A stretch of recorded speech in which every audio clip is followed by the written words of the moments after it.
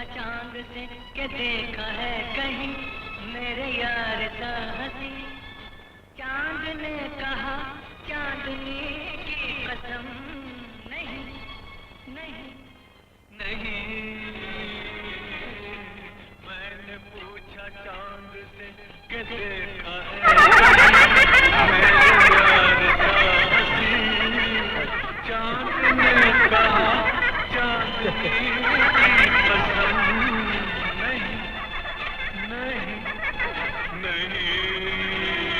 नहीं नहीं।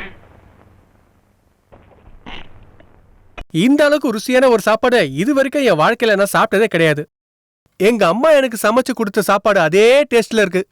இந்த கதையெல்லாம் எனக்கு சொல்லாத. நீ என்ன சொன்னாலும் நான் ஃபிக்ஸ் பண்ண ரேட்ல இருந்து ஒரு பைசாவை கூட நான் குறைக்க மாட்டேன். ஒரு பைசா குறைச்சு என்ன பிரயோஜனம்? குறைக்கிறதுனா ஒரு 100 ரூபாய் குறைங்க. இருந்தாலும் இந்த அம்மா ரொம்ப கஞ்ச பிஷ்னரியா இருக்காங்கப்பா. கஞ்சத்தனத்தை காட்டி காட்டி கடவுள் அம்மா கிட்டே கஞ்சத்தனத்தை காட்டிட்டாரு. அதான் குழந்தைங்க விஷயத்துல.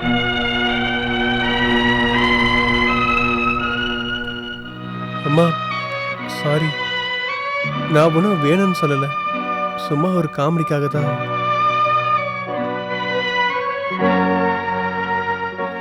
12வது படிக்கும்போது எங்க அம்மாவை நான் இழந்துட்டேன். குழந்தைகளை பெத்துக்க முடியாத ஒரு அம்மாவையும் அம்மாவோட பாசனை என்னன்னு தெரியாத ஒரு பையனோட துக்கத்தையும் என்னால புரிஞ்சுக்க முடியும்.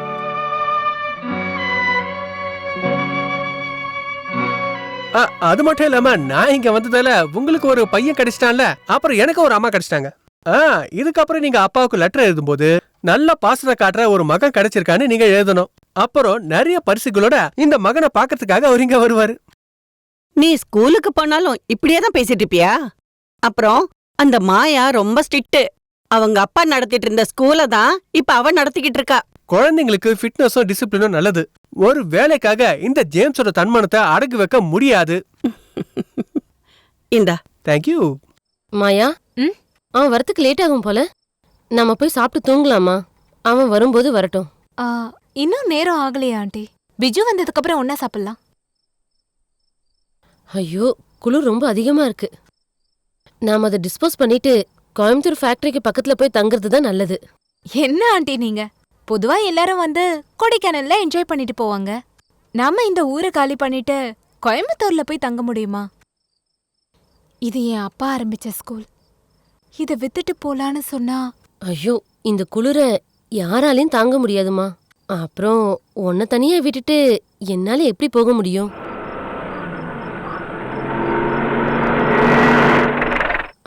பிஜு வந்துட்டானே.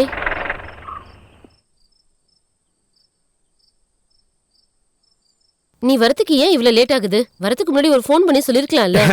என்ன ஒரு சின்ன குழந்தையாவே இன்னும் நீங்க நினைச்சிட்டு இருக்கீங்களா? ஃபேக்டரியில இருந்து கிளம்பும் போதே ஆடிட்டர் வந்துட்டாரு. அவர் கூட இருந்து பேசிட்டு வரேன். நீங்க வர லேட் ஆனனால ஆண்டி உடனே நாம போய் கோயம்புத்தூர்ல குடியேறலாம்னு சொல்றாங்க. ஓஹோ, அப்படியா? சரி வாங்க, எல்லாரும் சாப்பிடலாம். இத பார்மையா, இப்பவும் என் அம்மாவுக்கு தோட்டத்துல இருக்கிற ரப்பர் மரத்தடியில படுக்கலன்னா தூக்கமே வராது. அப்படி ஒரு ஈடுபாடு. சரிடா, அப்படி நாங்க ரப்பர் மரத்து கீழே படுத்ததாலதான் நீங்க 2 பேரும் இந்த நிலைமைக்கு வந்திருக்கீங்க. அது என்னமோ உண்மைதான். அது போட்டோம். புதுசா வந்த மியூசிக் டீச்சர் எப்படி சிகரெட் பிடிக்கிறது, டென்ஷனா இருக்கிறதுன்னு இருக்கானா? நல்லா சொல்லி கொடுக்கறாரு. ஆனா அவர் ஒரு வித்தியாசமான டைப். செட் ஆயிடுவாருன்னு நினைக்கிறேன். Good morning sir. Good morning. Good morning sir.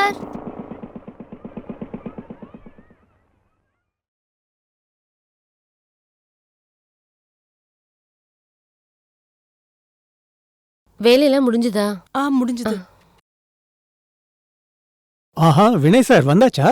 ஊர்ல ஏதாவது விசேஷம் இருக்கா? எதுவுமே சொல்ல முடியல சார். 4 நாளாச்சு கொஞ்சம் கூட தூங்கவே இல்லை. ஏன்னா எல்லா இடத்துக்கும் இந்த வினய் போனா தானே வேலை ஒழுங்கா நடக்கும். அப்புறம் ஒரே ஒரு தங்கச்சி தானே, அவ கல்யாணம் ஒழுங்கா நடக்கணும்னு நினைச்சேன். உங்க தங்கச்சி கல்யாணம் முடிஞ்சு நீங்க வராததால என்ன நினைச்சேன்னா, உங்க கல்யாணம் முடிச்சிட்டு தான் வருவீங்கன்னு நினைச்சோம். உண்மையை சொல்லணும்னா ஏற்கனவே இந்த ஆசை எனக்குள்ள இருந்துச்சு. என் மனசுக்கு பிடிச்ச ஏதாச்சும் ஒரு பொண்ணை பார்த்திருந்தேன்னா நான் அவளுக்கு தாலியை கட்டி அவளை இங்கே கூட்டிட்டு வந்திருப்பேன். இவரு நம்மளோட புது மியூசிக் டீச்சர். பேர் ஜேம்ஸ். ஹலோ, என் பேரு. உங்க பேர் வினய். எப்படி உங்களுக்கு தெரியும்? உங்களை பத்தி இவங்க சொன்ன டிஸ்கிரிப்ஷனை வச்சு நான் தெரிஞ்சுக்கிட்டேன். அப்படின்னா நான் இல்லாத நேரம் பார்த்து என்னை பத்தி டிஸ்கஷன் பண்ணிருக்கீங்க. ஆமா, இவங்க எப்பவுமே சொல்லுவாங்க நீங்க ஊர்ல இருக்கறதால இவங்களால நிம்மதியா வேலை செய்ய முடியும்னு அவங்க சொல்லுவாங்க.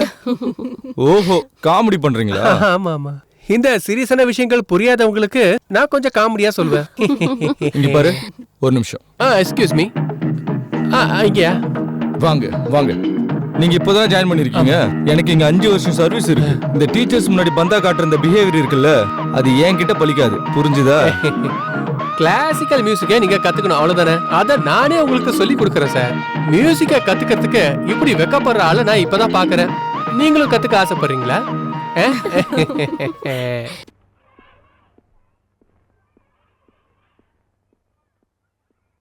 ஆஹா, எங்க சார் மேடத்தை பார்க்க போறீங்களா? ஆமா. எப்படி உங்களுக்கு தெரியும்? சார், பாம்பின் கால் பாம்பு அறியாதா சார்? அது என்னத்துக்காக போகுதுன்னு. ஐயோ கடவுளே, சார் காதலிக்கிறது எப்படின்னு உங்களை பார்த்து தான் சார் கத்துக்கணும். ஆம்பளையா இருந்தா கொஞ்சமாச்சும் காதலிக்கவும் தெரிஞ்சிருக்கணும். அதை விட்டுட்டு உன்ன மாதிரி இப்படி மணி அடிச்சிட்டு இருந்தா சரி வராது. நீங்க சொல்றது சரிதான் சார். ஆனா நீங்க இப்ப போற இந்த வேலை இருக்குல்ல, அது நடக்குன்னு எனக்கு தோணல சார். யோ, என்னையா சொல்ற? மேடம் உட்காந்துருக்க தினிசா பார்த்தா அப்படிதான் தோணுது. என்ன? ஆமா சார். இத மட்டும் அவ ஏத்துக்கலனா இதை விட பெருசா என்ன பண்ணலாம்னு யோசிப்பேன். என்னது? எந்த பொண்ணா இருந்தாலும் இதுல விழுந்து தானே ஆகணும். அது என்னவா இருக்கும்? ஐம் சாரி மேடம், ஒரு 3 நாள் எக்ஸ்டெண்ட் பண்ண வேண்டியதாயிடுச்சு. இந்த மேரேஜ் முடிஞ்சதுக்கு அப்புறம் எதுவும் சொல்ல வேண்டாம். உங்களுக்கு சொல்றதுக்கு நிறைய காரணம் இருக்கும். ஒரு ஃபோன் பண்ணி சொன்னீங்கன்னா உங்க ரெஸ்பான்சிபிலிட்டி முடிஞ்சதுல. இத்தனை நாள் போஷனை எப்படி கவர் பண்ணுவாங்கன்னு யோசிச்சீங்களா? நீங்க சொல்ற எல்லாத்தையும் நான் அக்செப்ட் பண்ணிக்கிறேன். ஆனா ஊர்ல இருந்து வர முடியாத ஒரு சூழ்நிலை. எதுவும் சொல்லாதீங்க. ஊருக்கு போனா உங்களுக்கு நிறைய வேலை இருக்கும். அதுக்காக இங்க இருக்கிற ஸ்டூடெண்ட்ஸ் சஃபர் ஆகணுமா? இதெல்லாம் சுத்தமா சரியில்லை. அது வந்து மத்தவங்கள மாதிரி பிசினஸா நான் இந்த ஸ்கூல்ல நடத்தல. ஒரு நல்ல எண்ணத்தோட நடத்திட்டு இருக்கேன். குழந்தைங்க ஃபியூச்சரை பாதிக்கிற எந்த விஷயத்தையும் நான் அக்செப்ட் பண்ண மாட்டேன். மேரேஜ் ரிசப்ஷன் நடந்துட்டு இருக்கும்போது அப்பா டக்குன்னு மயக்கம் போட்டு விழுந்துட்டாரு. உடனே ஹாஸ்பிட்டலுக்கு கூட்டிட்டு போகணும். அவருக்கு அட்டாக்கு. இப்ப கூட அவர் ஐசியூல இருந்து கூட்டிட்டு வரல. அப்பாவை பத்தி நினைக்கும் போது இதுக்கப்புறம் லீவ் எப்படி எக்ஸ்டெண்ட் பண்ணணும்னு நினைச்சுதான் நான் இங்கிருந்து கிளம்பியே போனேன். சாரி வினய். அப்படின்னா இதுதான் நீ போட்ட பிளான்? அது சரி. ஹாஸ்பிட்டல்ல இருந்து டிஸ்சார்ஜ் பண்ணதுக்கு அப்புறம் இங்க வந்திருக்கலாமே. இதுதான் ரீசன் எனக்கு கால் பண்ணிருந்தீங்கன்னா நான் புரிஞ்சிட்டு இருந்திருப்பேன்ல. பிறந்தா ஒன்ன மாதிரி பிறக்கணுங்க.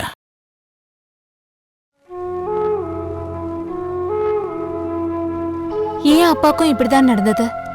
First attack. ஹாஸ்பிட்டலுக்கு போறதுக்கு முன்னாடியே எல்லாமே முடிஞ்சு போச்சு. நீ சரியான ஆள் தான்யா.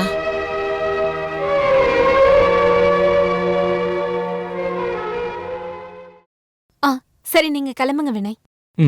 சரி. மேடம், என்ன இது?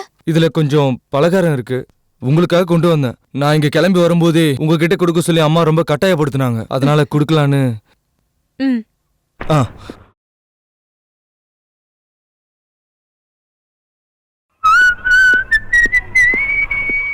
சார், இருந்தாலும் உயிரோட இருக்கிற பெத்த தகப்பன ஒரே வார்த்தையிலேயே கொண்டுட்டீங்களே, பெரிய ஆள் சார் நீங்க.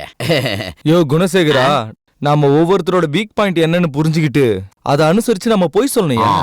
அப்பதான் நம்மளோட வேலை நடக்கும். ஐயோ, அந்த வித்தை எனக்கும் கத்து கொடுங்களேன். எதுக்கு? என் முன்னாடி 2-3 வீக் பாயிண்ட்டுக்கு வந்து சுத்திக்கிட்டே இருக்கு, அதுக்காகத்தான். யோ கில்லாடியா நீ. முதல்ல உனக்கு முன்னாடி சுத்திக்கிட்டு இருக்கிற அந்த வீக் பாயிண்ட் எனக்கு காட்டு. நான் ஒரு டெஸ்ட் டோஸ் கொடுக்குறேன். பிடிச்சா உனக்கும் நான் சொல்லித்தரேன். பிடிச்சிருந்தாதான் எனக்கு கத்து கொடுப்பீங்களா? ஆமா சார். கள்ளக்கண்டா நாயக்கானு, நாயக்கண்டா கள்ளக்கான மாதிரி ஆயிப்போச்சே சார் என் நிலைமை. பழமொழிய சொன்னேன் சார்.